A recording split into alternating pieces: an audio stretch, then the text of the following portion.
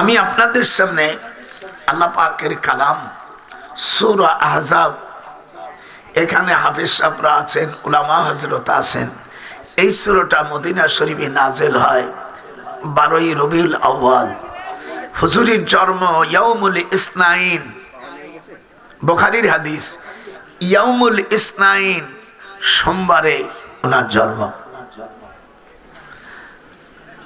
আমার রাসূল পাক সাল্লাল্লাহু আলাইহি সাল্লাম কিয়ামতের ময়দানে সুপারিশ করবে তিন শ্রেণী। প্রথম আম্বিয়া আলাইহিস সালাম, যেরকম আল্লাহু আকবার, আম্বিয়া আলাইহিস সালামরা সুপারিশ করবে। কি সৌভাগ্য আমরা এখানে এসেছি, আপনারা এসেছেন। আর আম্বিয়া আলাইহিস সালামরা জীবিত। আল আম্বিয়া ও আহয়াউন ফি কুবুরিহিম ইউসাল্লুন। এই হাদিসটি আল্লাহর হাবিবের হাদিস। এই হাদিসটা আপনারা আবু দাউদ শরীফের মধ্যে 2037 নম্বর হাদিস। আল আম্বিয়া ও আহয়াউন ফি কুবুরিহিম ইউসাল্লুন। ইউসাল্লুন মুজারের সেগা, যার মধ্যে দুটো টেন্স, দুটো কাল, বর্তমান ভবিষ্যৎ, হাল মুস্তাকবিল থাকে। এগুলো আমরা যারা, আমি তো ধরেন আমার এই 97 বছর চলে যাচ্ছে। ইংরেজি 1952 সালে, পাকিস্তানের সময় 52 সালে ভাষা আন্দোলনের সময় ছিল, যারা মুরব্বিকরা ওই সময়। আমি 1966 সালে ঢাকা বিশ্ববিদ্যালয় থেকে আইন ও বিচার অনার্স মাস্টার্স এমএ পাস করে লন্ডনে পড়াশোনা করি। আমার আব্বা উনি শিক্ষা অনুরাগী ছিলেন। ছেলে মেয়েদেরকে কি করে মানুষ করতে হবে, প্রত্যেক ব্যক্তিকে মুসলমানের ঘরে নরনারীর জন্য কতটুক এলেম ফরজ, ফরজ ওয়াজিব সুন্নাত কাকে বলে এইগুলো জানা প্রত্যেক মুসলমান নরনারীর জন্য ফরজ। ফরজ কিনা? এটা হাত তুলে, ফরজ কিনা? আপনি নিজেও শেখেন নাই, তাদেরও শেখেন নাই। এই জন্য আপনাকে আল্লাহর কাছে জবাবদিহি হতে হবে। ওয়াস্তামাউ ইয়াউমা ইউনাদিল মুনাদি মিন মাকানিন করিব।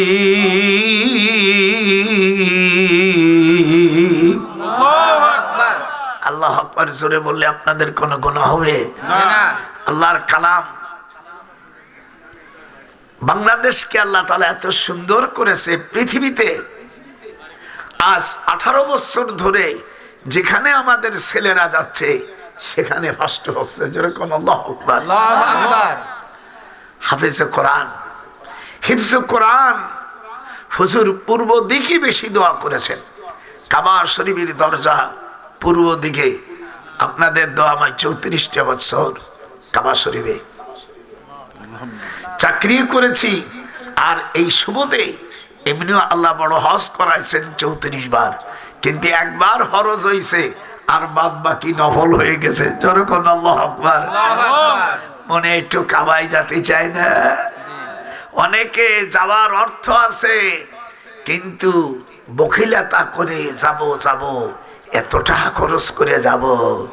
তুই যখন মরে যাবি আহম্মক, কাপনের নাই রে পকেট, মুর্দা কেন বাহাদুরি, যায় তুই কামাই করেছিলি, তোর লিয়াওলাদরা নেবে ভাগ করি। একটু হাত উঠান। ও বোকা, ও বোকা মাইয়াত্রে, কোনদিন কি কেউ নেছে জানাজার কাপড়ে, কাবনের কাপড়ের নাই রে পকেট। হাত উঠা। জান নামাজে জানাজায় গেলে কাফনের কাপড় নাই রে যে পকেট। মায়ের কান্দন যাব জীবন রে, স্ত্রীর কান্দন কয়দিন পর আর থাকে না, জনম দুঃখিনী আমার গর্ভধারিণী মা। আপনাদের কি ভালো লাগতেছে? যাওয়ার সময় এই পর্যন্ত কোন ব্যক্তি আদম আলাইহিস সালাম থেকে এই পর্যন্ত কোন আল্লাহর বান্দা, কাফেররাও চলে গেছে, মুনাফিকরাও চলে গেছে, বাটপাড়রাও চলে গেছে, আম্বিয়া আলাইহিস সালামরাও চলে গেছে, দিনদার হাফেজ কোরআন ওলি আউলিয়া সাহাবা আম্বিয়া কেরাম সকলেই চলে গেছে। আমিয়া কেউ কি কাপড়ের কাবুড়ি পকেটে কেউ টাকা নেছে নাকি? বাগানে একটু হাত উস করে দেখো চলো। আজকে ওয়াজ এমন ওয়াজ করবো জীবনে কোনোদিন যা হনের নাই।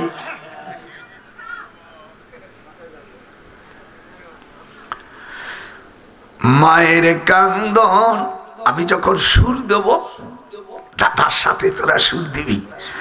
মায়ের কান্দন যাব জীবন রে, ওরা স্ত্রীর কান্দন সখী 3 দিন পর আর থাকে না। মুসলিম শরীফের হাদিস, স্ত্রী যখন স্বামী মরে যায় তখন চোখ মুছে, হা কত কথা কইছিলে শুনি নেই। 3 দিন পরে ওই যা বোন ননদ বোন বোন কয় কপালে যা ছিল তা তো হইছে, আবার বিয়ে বুঝে সুঝে বিয়ে দেবো, তুই কান্দিস না বউ। আর মার কান্দন সারা জীবন, একটু হাত উঠো, তখন প্যারালাইসিস হয়। মা দুনিয়ার সবচেয়ে বড় নিয়ামত না? আল্লাহর হাবিব বলেন ফাআলজিমহা ফাইন্নাল জান্নাতা ইনদা রিজলিহা। কিতাবুল আদম বুখারী শরীফের হাদিসের মধ্যে এসেছে, বাইহাকির মধ্যে আসছে, মিশকাতুল মাসাবি মূল আরবি খণ্ড 421 পৃষ্ঠা 10 লাইন পরে হুজুর বলেন ফাআলজিমহা ফাইন্নাল জান্নাতা ইনদা রিজলিহা।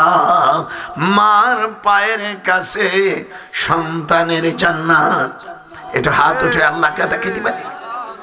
কত ছাগল পাগল নিতার আন্দোলন করতে যায়, নামাজ পড়ে না, রোজা করে না, মদ খায়, তাড়ি খায়, মাইয়াবাজি করে, তার পিছনে যাইয়া স্লোগান দিছিলাম অমুক ভাইয়ের চরিত্র গোলাপ ফুলের মতন পবিত্র, নামাজ পড়ে না একক। তো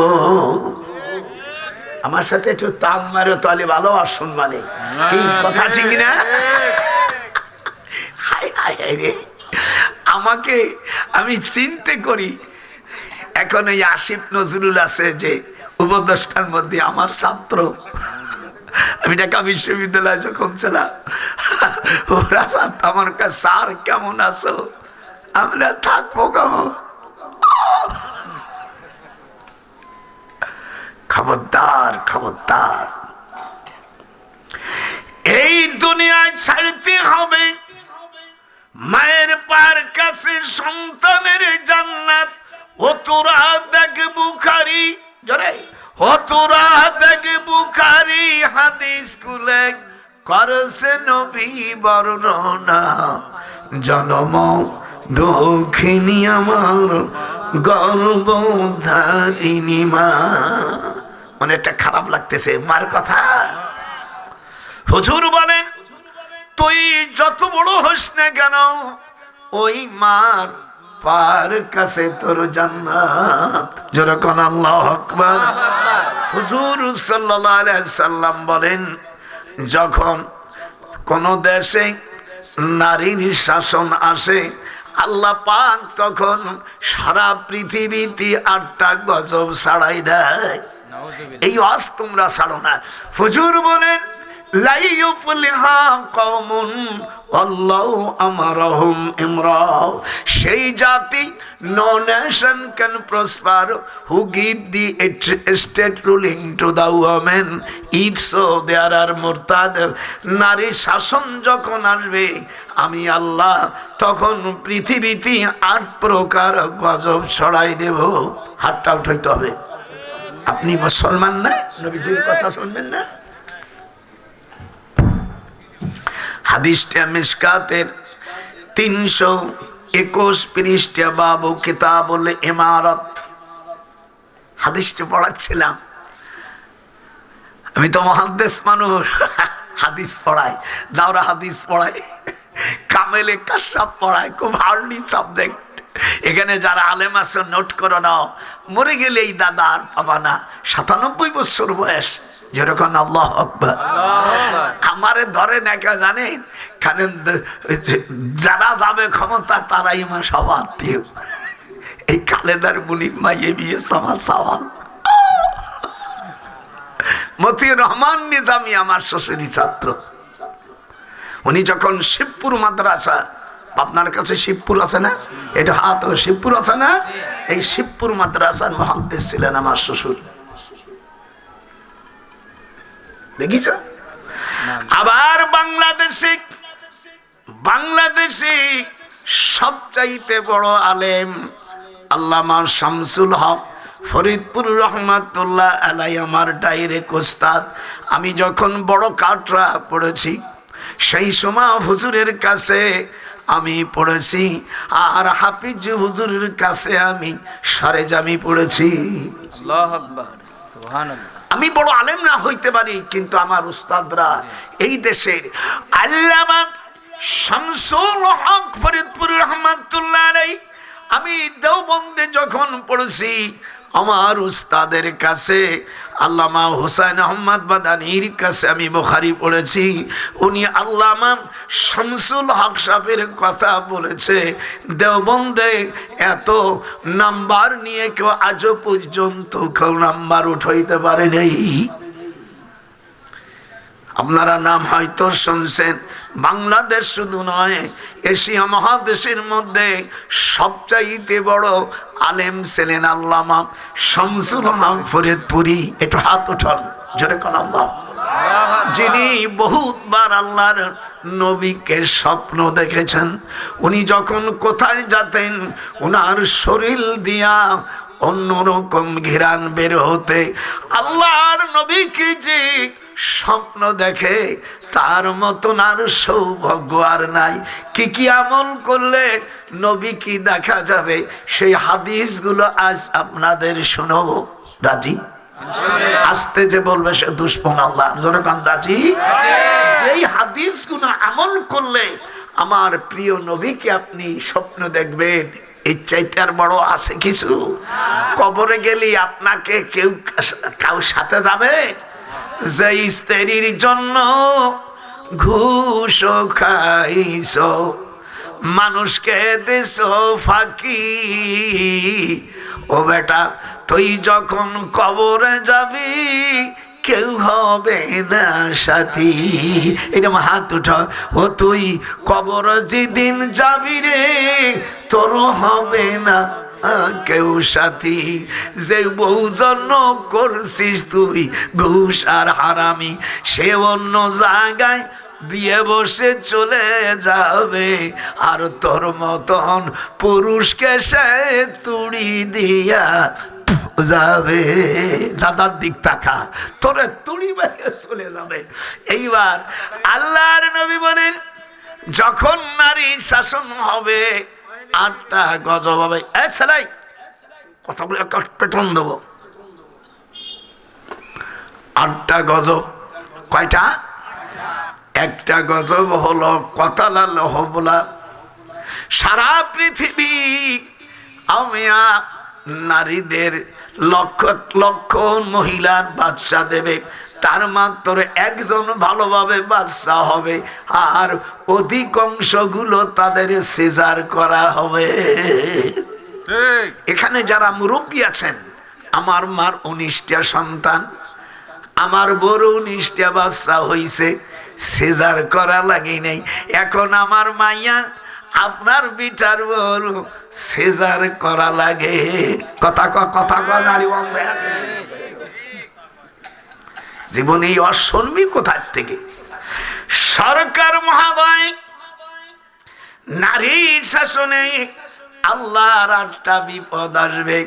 লাইয়ুফলিহা, বলো, লাইয়ুফলিহা কওমুন আল্লাহু আমারহুম ইমরা। আল্লাহ নবী বলেন, সেই জাতিরা কখনো পৃথিবীতে শান্তি পাবে না যখন কোন নারীকে রাষ্ট্র ক্ষমতা দিয়া দেবে। ঠিক।